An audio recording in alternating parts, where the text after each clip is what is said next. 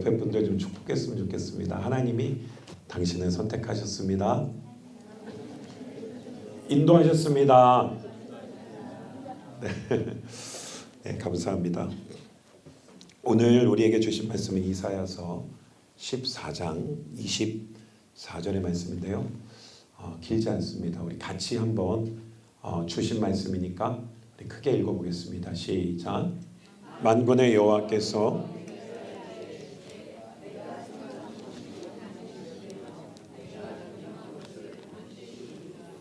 네, 한 번만 더 읽겠습니다. 시작.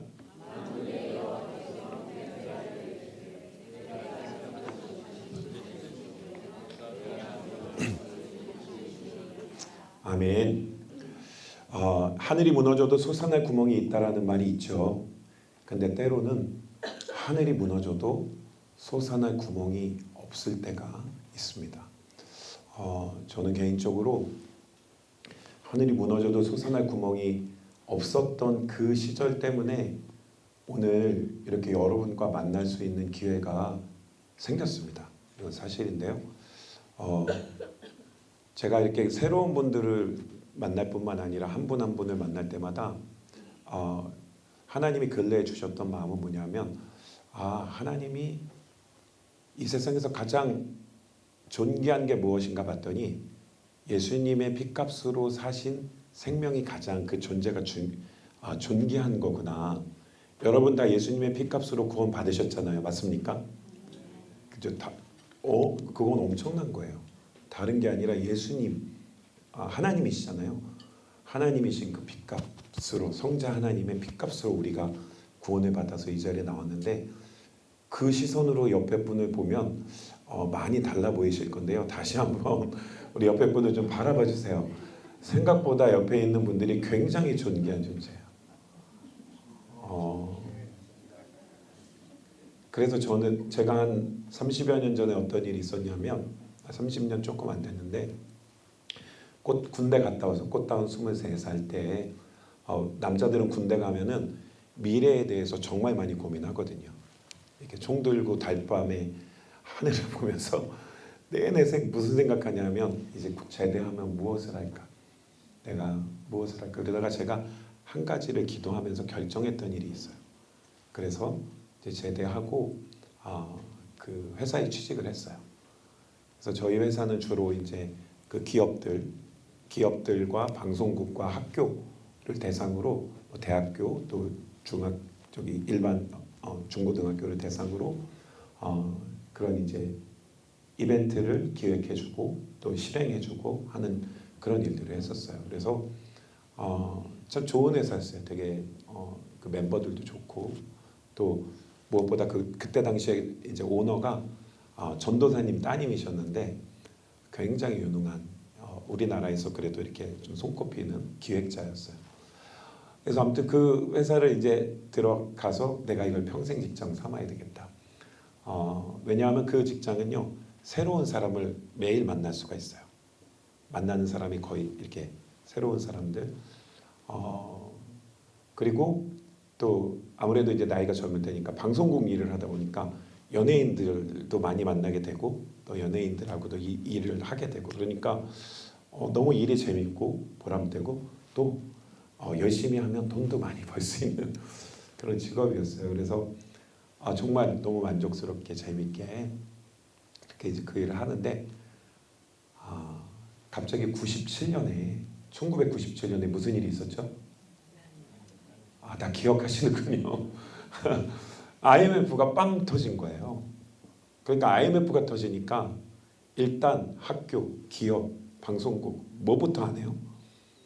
이벤트에 연관된 건 모든 그런 것들은 아무것도 다 안 하는 거예요. 그래서 회사에 있던 한 2-3년의 스케줄이 정말 단번에 싹 거의 95% 이상 이렇게 지워지게 되는 거예요.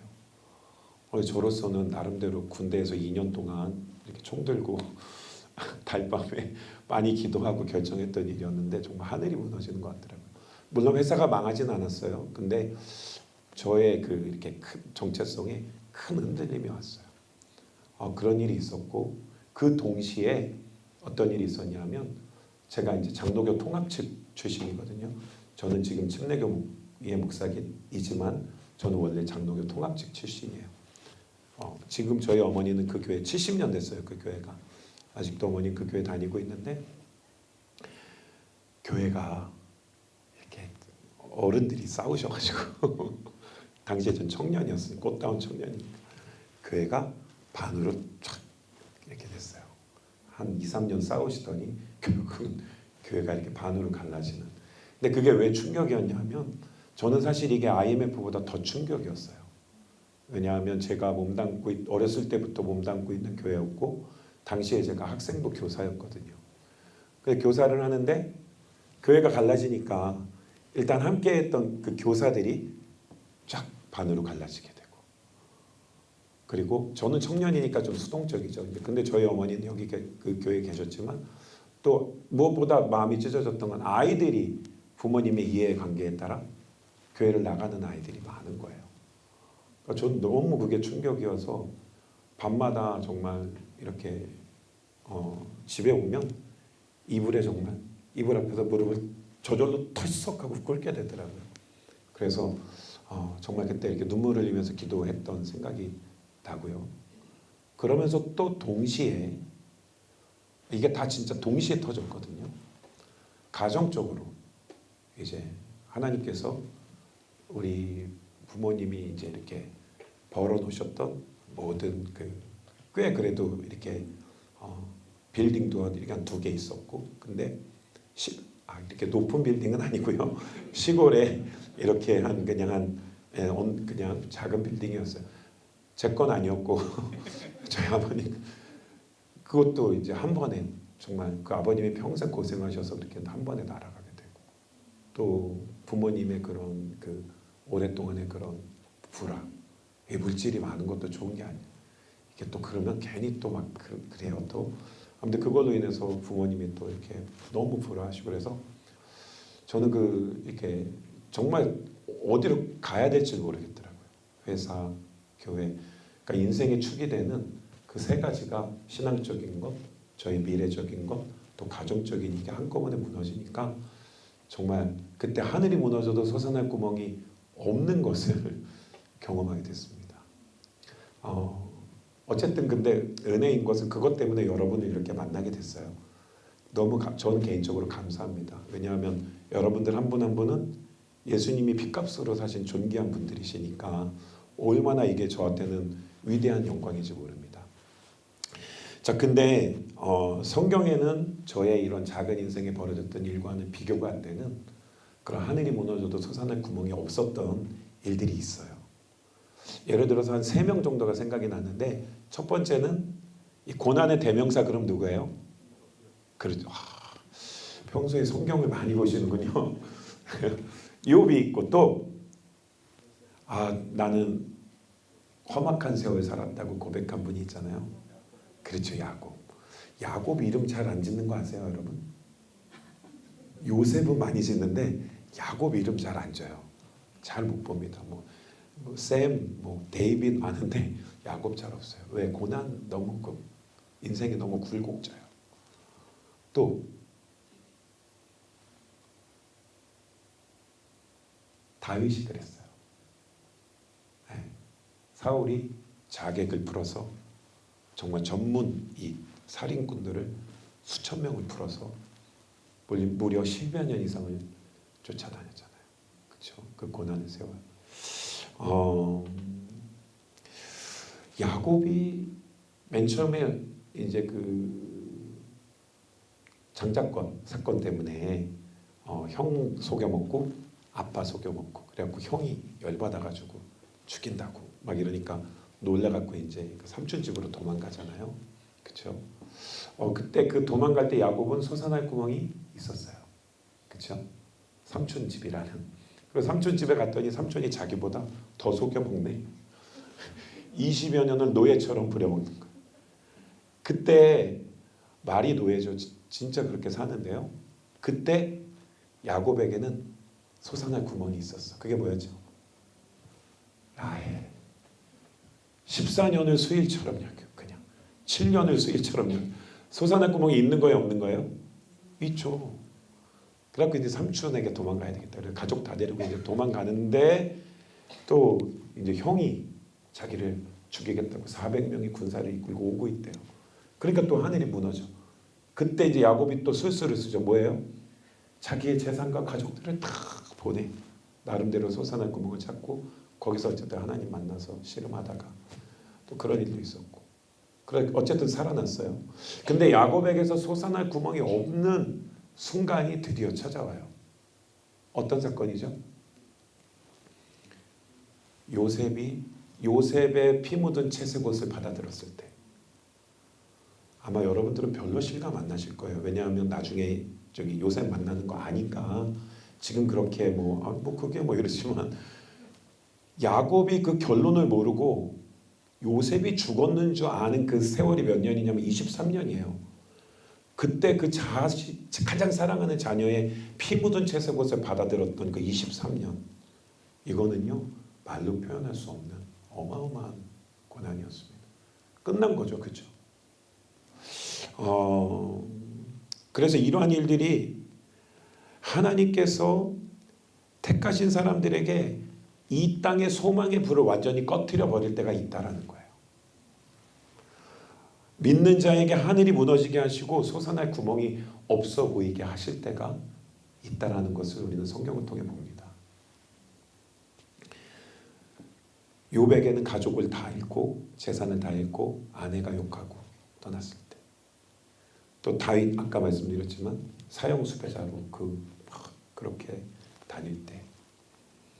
그래서 재밌는 건 뭐냐면요, 이 세 분이 다 동일한 고백을 하는데요, 뭐를 고백하는 줄 아세요? 스올을 고백합니다. 그러면 스올이 뭐예요? 보통 우리가 이제 지옥으로 알고 있는데 죽은 자들이 가는 곳, 그렇죠? 죽은 자들이 가는 곳이에요. 어쨌든 이들이 스올을 경험할 정도로 그냥 나는 진짜 거의 지옥같이, 아니면 이 죽은 자의 땅에 난 떨어졌다라는 고백을 세 분이 동일하게 하거든요. 그런데 하나님께서는 왜 이렇게 그 스올로 하나님의 사람들을 던져버리실까요? 아이러니하게도 이들 모두는 그 스올에서 진짜 리얼한 하나님을 만납니다. 하나님이 시퍼렇게 살아있다는 것을, 욥이 그러잖아요. 귀로만 듣던 하나님을 이제 뭐라 그래요? 눈으로 본다. 하나님을 보는 거예요. 그래서 이들의 고백을 보면, 이들의 특히 이 야곱과 요셉의 이 말년의 고백을 보면 그들이 만난 하나님이 어떤 하나님이신지를 절절하게 고백을 해요. 제대로 고백을 해요. 창세기 48장에 야곱이 그 장면이 있잖아요. 자기의 자녀들 12명을 이렇게 축복하는 장면이 있죠. 그때 야곱이 무슨 고백을 하냐 하면, 그들을 축복하면서 특히 요셉 축복할 때, 나의 출생으로부터 지금까지 나를 기르신 하나님, 모든 환난에서 나를 건지신 하나님께서 이 아이들에게 복을 주옵소서, 이래요. 자, 그러면 야곱이 이제 죽기 직전에 자녀들을 진지하게 축복할 때 그 고백했던 하나님, 귀로 듣던 하나님입니까? 자기가 직접 경험한 하나님입니까? 자기가 하나님을 경험해 보니까 내가 경험한 그 하나님, 나를 어떠한 상황에서도 건지신 그 하나님이 내가 사랑하는 23년 만에 만난 그 요셉을 축복하여 주시옵소서.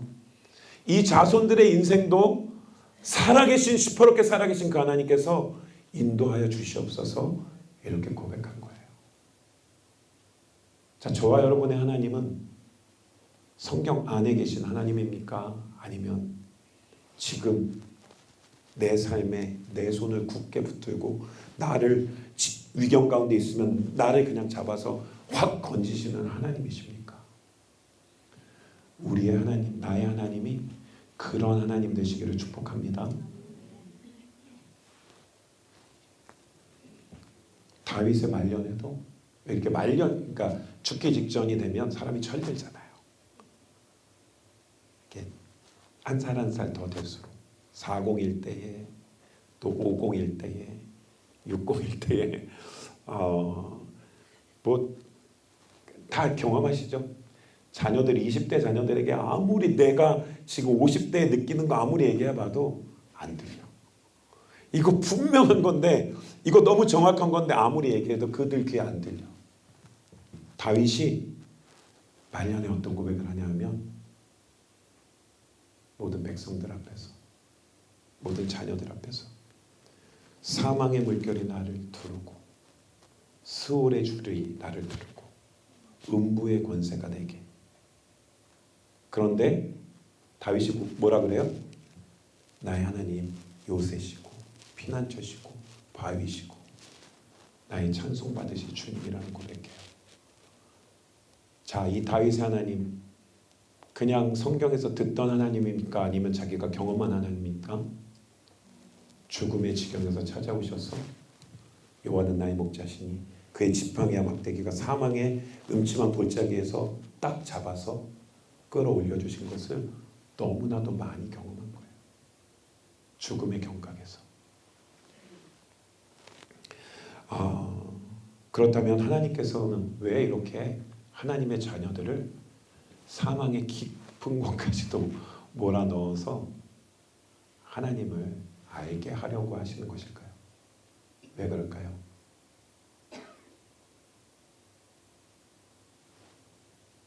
자, 앞을 보시면 이제 그 정답이 있습니다. 뭐 때문에 그래요? 하나님의 열심 때문에. 여러분 열심이라는 게 무슨 뜻이죠? 열심. 열심이란 뜻은 아시죠? 네? 열심히 하는 거죠. 열심히 하는 뜻은. 열심히 하는 게 열심이죠. 이게 열심이라는 게 더울 열의 마음 심자예요. 이게 무슨 뜻이죠? 마음이 뜨겁다고요. 그러니까 심장이 뜨겁다는 의미예요. 그러니까 심장이 뜨겁다고요. 그러니까 하나님의 마음이 막 들끓는다는 얘기예요. 열심이라는 게. 자, 그 스바냐서 3장 17절 우리가 잘 아는 말씀이에요. 시작.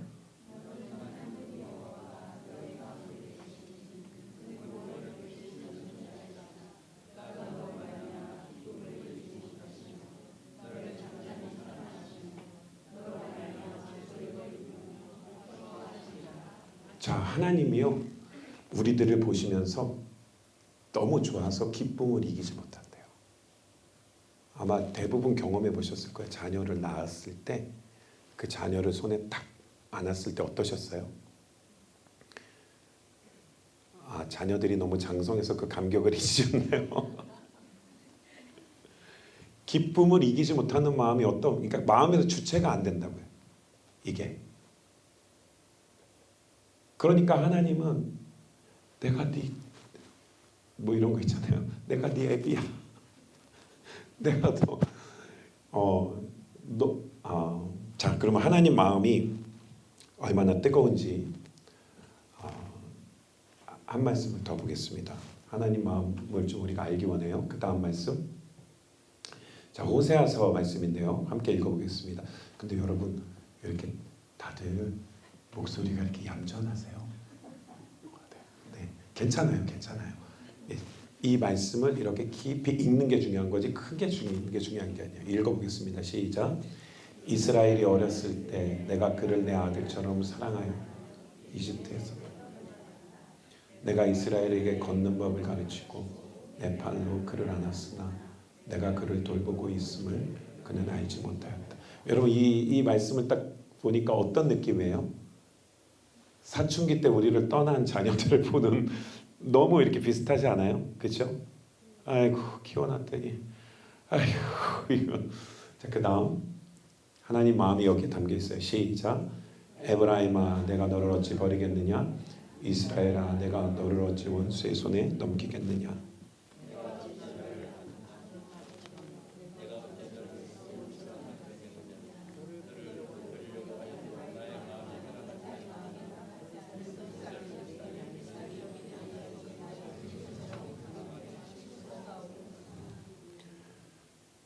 제가 여러분들께 여쭐게요. 저와 여러분이 하나님 속 새겨요, 안 새겨요? 저는 하나님 속 많이 새긴 것 같아요. 저는 하나님 속만 새긴 게 아니라 주일학교 때 우리 이열랑 선생님 때가 너무 그분 꼭 만나고 싶은데 주일학교 때 선생님 울렸어. 제가 너무 속 새겨가지고. 여러분 저기 주일학교 때 선생님 속 새기거나 교회에서 말씀 많이 펴면 저기 목사 되는 거 아시죠? 지금도 너무 죄송해.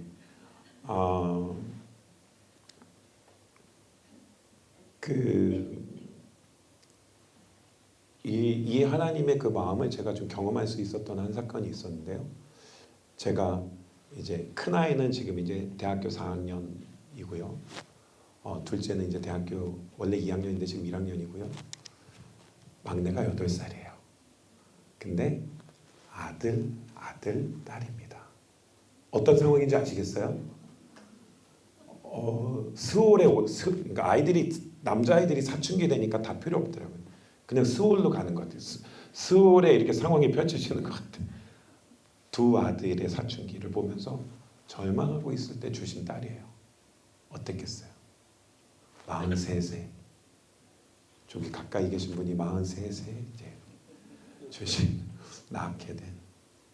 근데 그 딸 아이가 이제 저희는 첫째, 둘째를 다 자연분만 했거든요. 근데 이 막내가 너무 빨리 커가지고 얘가 진짜 너무 큰 거예요. 배가 심상치가 않아. 또 의사가 너무 걱정을 하는 거예요. 이 아이는 아무래도 절대로 자연분만은 어려우니 근데 그거보다 더 빨리 자라가지고요. 2주나 빨리 진통도 오지 않았는데 이 태에서 꺼내야 되는 상황을 말씀을 했어요. 그래가지고 이 아이를 이제 처음으로 제왕절개를 한 거죠. 이 아이를 이렇게 꺼내고 보니 아이가 너무 큰 거예요. 몇 킬로였는지 아세요? 4.73kg. 그러니까 아이를 이렇게 꺼내자마자 간호사분들이 엄마한테 주지 않고 이렇게 보통 싸서 주잖아요. 바로 이제 이 아이를 어디로 데리고 가요. 두 간호사가 이 아이를 데리고 가면서 서로 막 키득키득거리면서 막 웃으면서 자기들끼리 농담을 해요.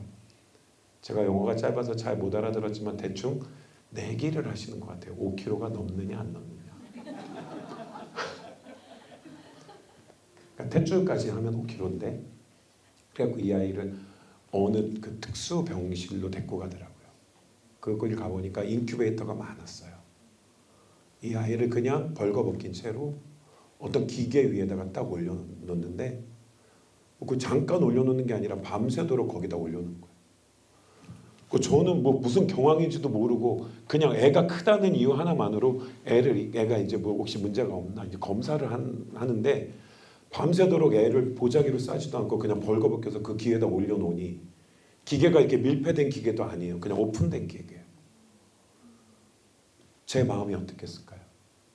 막 정말 저는 이 말씀을 보면서 너무 이게 이해가 돼요. 불이 막 마음에서 막 불이 오르면서 그 아기를 쳐다보면서 제가 막 이 안에서 저도 모르는 음성이 막 튀어나오는 거야. 너 걱정하지 마. 내가 너와 함께하고 내가 너를 내가 죽어도 너는 살릴 테니까 걱정하지 마. 막 이런 막 말이 막 툭툭툭 튀어나오는 거야. 그러면서 저는 이 딸을 이제 그렇게 보면서 하나님의 마음을 좀 많이 알게 됐어요. 오늘 이 마음. 너를 불쌍히 여기는 애정이 나의 속에서 불길처럼 강하게 치솟아 오르는구나. 여러분 근데요. 그 하나님의 시선이 지금도 동일하게 여러분을 바라보시는 것을 믿으십니까? 우리가 변하는 거지. 우리가 자꾸 마음이 식고 우리가 자꾸 하나님 배신하고 조금만 저기 하면 아이 막 이러고 막 거절하고 막 이런 거죠. 하나님은요 지금도 동일하게 막 열이 막 치솟아 오르는 마음으로 저와 여러분을 사랑함으로 바라보고 계신 줄로 믿습니다. 아멘이 조금 애매한 것은 여러분 하나님 앞에 죄송해서 그러시죠? 괜찮아요. 여러분 하나님의 열심은요 못난 자녀에게 더해요. 탕자처럼 헤매고 있는 자녀에게 하나님의 마음의 불은 더 강하게 솟아오릅니다. 성경의 이른 양 한 마리의 비유, 탕자의 비유가 바로 뭐예요? 그 하나님의 불꽃 같은 마음을 표현해주고 있는 거예요. 혹시 여기 탕자가 계십니까? 마음으로 한번 이렇게 손을 들어보세요. 나는 탕자예요. 아마도 웃으시는 분들은 마음에 손을 드신 분들인 것 같은데 제가 지금 손 들고 있습니다. 탕자.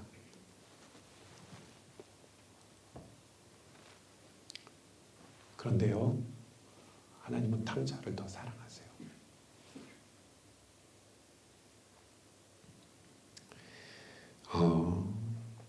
우리를 향한 하나님의 이 식지 않는 그 마음을 깨닫고 주님의 마음으로 돌아오시는 여러분들 되시기를 바랍니다.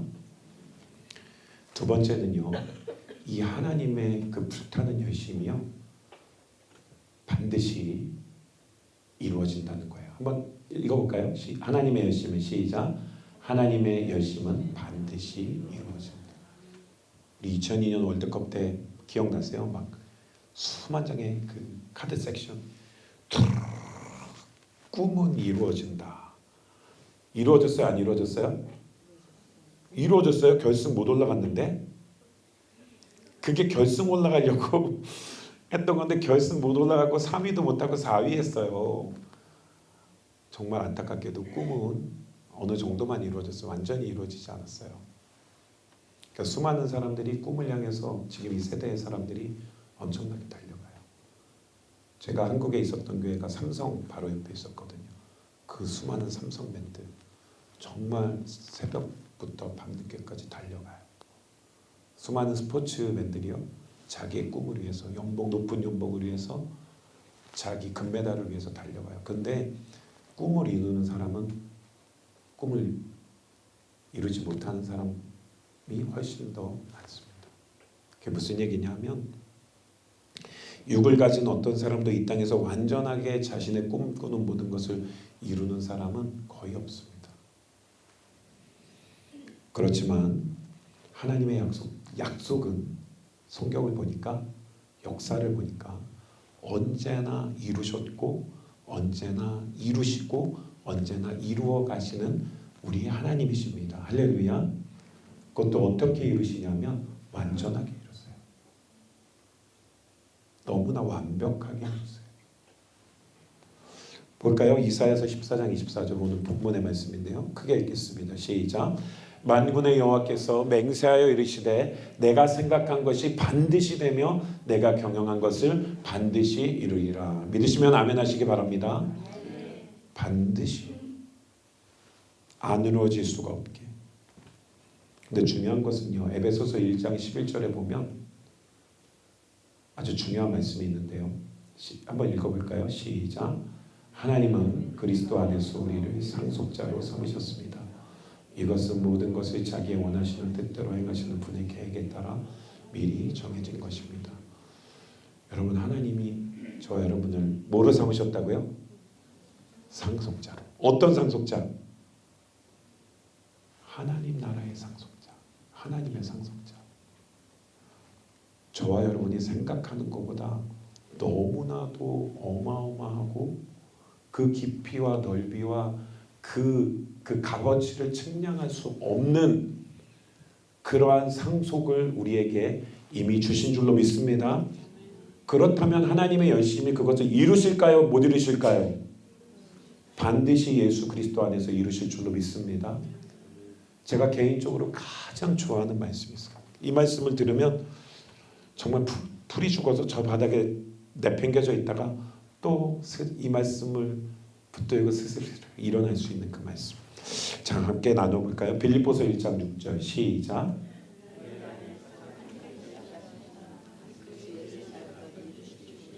아멘.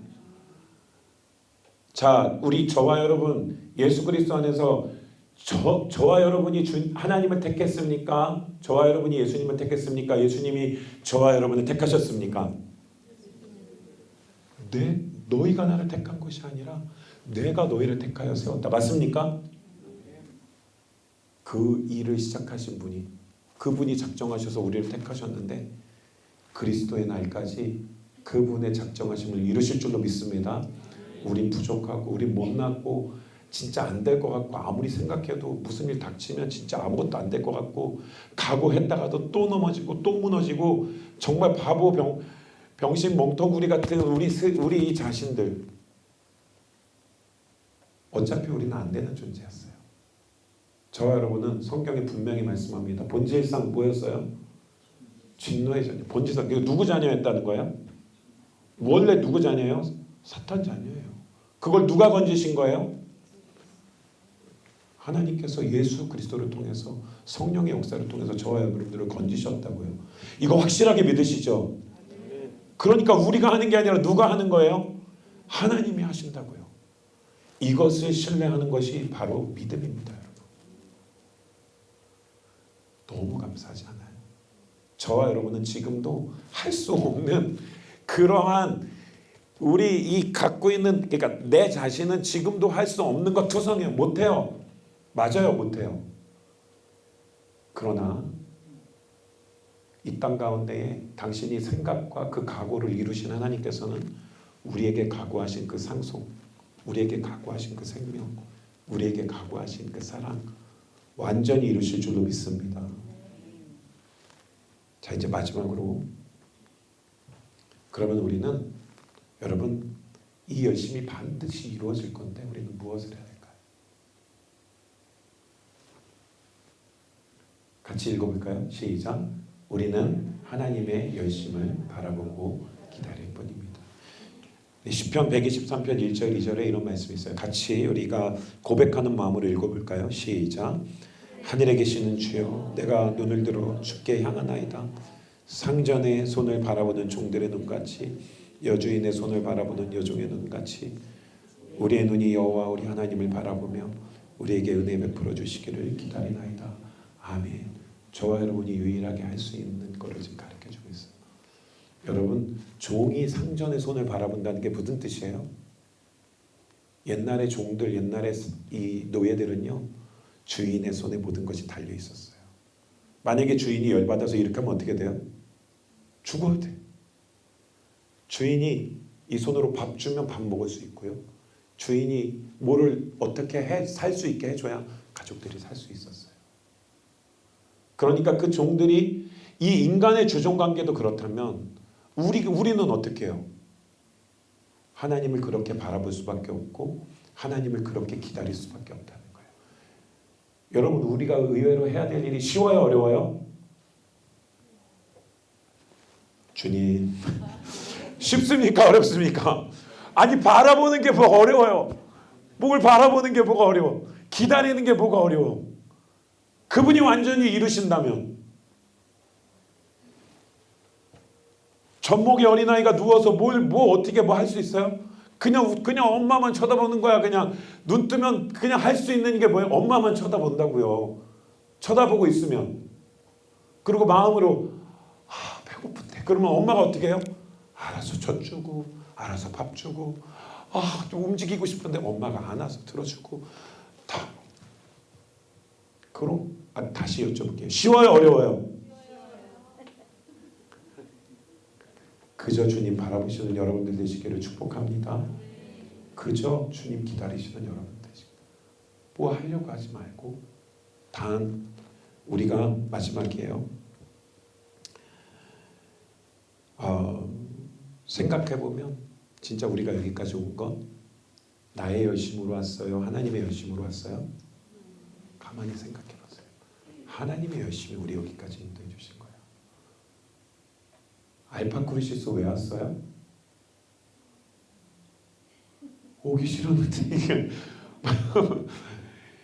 여러분, 알파쿠리시스 주님의 열심이 여러분들을 보내주신 줄로 믿습니다. 그래서 오늘 또 이 음성 듣게 하신 거겠죠. 자, 우리가 좀 기억하길 원해요. 하나님이 우리를 하나님의 열심으로 여기까지 인도해 주셨어요. 우리가 좀 하나님의 그 열심에 우리가 좀 진심으로 반응했으면 좋겠습니다. 우리를 향한 하나님의 그 순전한 사랑을 이제는 좀 외면하지 않았으면 좋겠어요. 그 진실한 사랑. 사람들은 다 배신하잖아요. 자기 이해관계에 따라서. 죽을 것 같은 어려움과 수월 같은 지옥 같은 고통 가운데 혹시 계신 분들이 있을 수 있어요. 지금 어쩌면 그분 때문에 오늘 이 말씀이 전해질 수도 있어요. 이제 주님께 눈을 들고 기다리시면 되겠습니다. 우리는 아무것도 할 수 없지만 하나님의 열심은 우리의 연약하고 부족하고 못나고 바보스러운 그 모든 것을 뛰어넘어서 반드시 그 약속대로 이루실 줄로 믿습니다. 그 은혜에 깊이 참여하시는 여러분들 되시기를 축복합니다. 이 시간 우리 기도하겠습니다. 딱 2분만 기도할게요. 우리 기도할 때에 우리를 향하신 하나님의 그 열심에 감사드립니다. 주님, 제가 온 것 같지만 그렇지 않고 주님의 열심이 오늘 여기까지 우리를 이루셨습니다. 하나님, 우리를 향하신 단 한 번도 변치 않은 하나님의 그 마음에 이제는 우리도 마음을 돌리고 눈을 돌리고 생각을 돌리고 모든 인격을 주님 앞에 돌려서 주님 앞에 진심으로 반응할 수 있는 저희들 되게 하여 주시옵시고, 이제는 더 이상 주님 외면하지 않고 하나님의 그 사랑의 열심에 참여하는 주님의 참 자녀 되도록 주님 부족하지만 인도하여 주시옵소서. 간절한 마음으로 우리 주님께 기도하겠습니다. 살아계신 아버지 하나님 감사드립니다. 오늘도 하나님의 살아계신 열심이 주님의 일하심이 오늘 이 자리로 우리를 인도해 주셨습니다. 살아계신 아버지 하나님, 이제 더 이상 우리가 주님의 말씀에 주님의 그 열심에 주님을 외면하지 않고 하나님의 그 손길을 외면하지 않고 우리를 바라보시는 그 진실하심을 더 이상 외면하지 않고 반드시 이루시는 하나님의 그 열심에, 반드시 이루시는 하나님의 그 경영에, 반드시 이루시는 하나님의 그 작심에 이제는 우리가 참여해서 주님, 이제 주님의 날이 가까운 이때에 주님의 영광의 나라를 향하여 주님의 품으로 달려나아가는 철든 자녀 되도록 저희들을 붙들어 주시고 주님 인도하여 주시옵소서. 주님 감사드립니다. 이곳에 보내심도 주님 우연이 아니라 주님의 은혜 때문에 주님의 작정이 있어서 부르신 줄로 믿사오니, 주님 모든 학우들 가운데에 우리 모든 교수님들 가운데에 주의 능력과 권능을 더하여 주셔서 하나님의 열심히 우리 알파쿠리시스 놓지 마시고 강건하게 하여 주셔서 승리할 수 있도록 인도하시고, 여기에 모인 우리 각 가정 모든 심령 한 분 한 분마다 주님의 열심으로 위로하여 주시고 끌어안아 주시고 승리케 하여 주시옵소서. 주님 감사드립니다. 하나님의 살아계신 열심과 작정이 우리를 오늘까지 여기에 인도하여 주셨습니다. 우리가 살아서 생존하여 숨쉬는 것 주님의 은혜 때문입니다. 주님, 이제 더 이상 우리를 향하신 하나님의 진심을 외면하지 않는 철든 자녀 되게 하여 주시옵소서. 더 이상 하나님의 손길을 부리치지 않게 하여 주시옵시고, 하나님의 진심과 전심에 이제는 반응하여 주님께 멀리 가는 자녀가 아니라 주님의 품으로 안겨들여 나아가는 참된 자녀, 철든 자녀 되게 하여 주시옵소서. 하나님의 살아있는 열심이 반드시 그리스도의 날까지 이루실 줄로 확신합니다. 주님, 우리 한 분 한 분 주님의 위로의 손길로 그 강건하심으로 모두가 승리케 하여 주시옵소서. 스올의 환경 가운데 있는, 절망의 환경 가운데 있는 주님, 그 자녀가 있다면 그 주님의 사랑이 더 깊이 오니, 그 관심이 더 깊이 오니 위로받게 하여 주시고 주님을 향하여 믿음으로 나아가는 자녀 되도록 인도하여 주시옵소서.